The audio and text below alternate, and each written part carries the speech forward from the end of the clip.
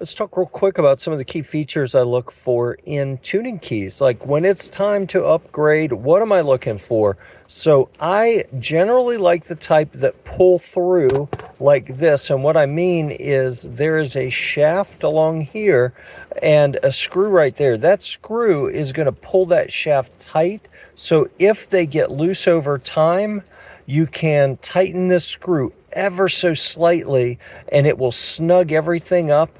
And you can tell if you loosen this screw, the little round bit that you see sticking out here, it's going to protrude a little bit. That's when you know you need to snug it up just a little bit. So that's one, is the ability to tighten it over time as it wears in a little bit. Number two, I do kind of like locking tuners. When I say locking, what I mean, let's see if we can get this to focus on the hole here.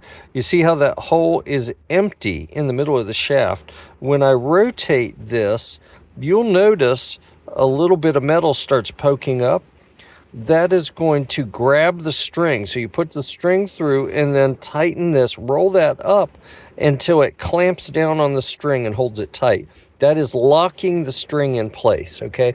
Locking tuners doesn't mean you get it in tune and you lock it and it stays in tune. It means it locks the string so it can't slip inside that shaft. And that means that you can immediately start tuning and tighten it without doing multiple wraps around that shaft because each wrap introduces potential play. Okay, so the ratio is something that I like, kind of a high ratio.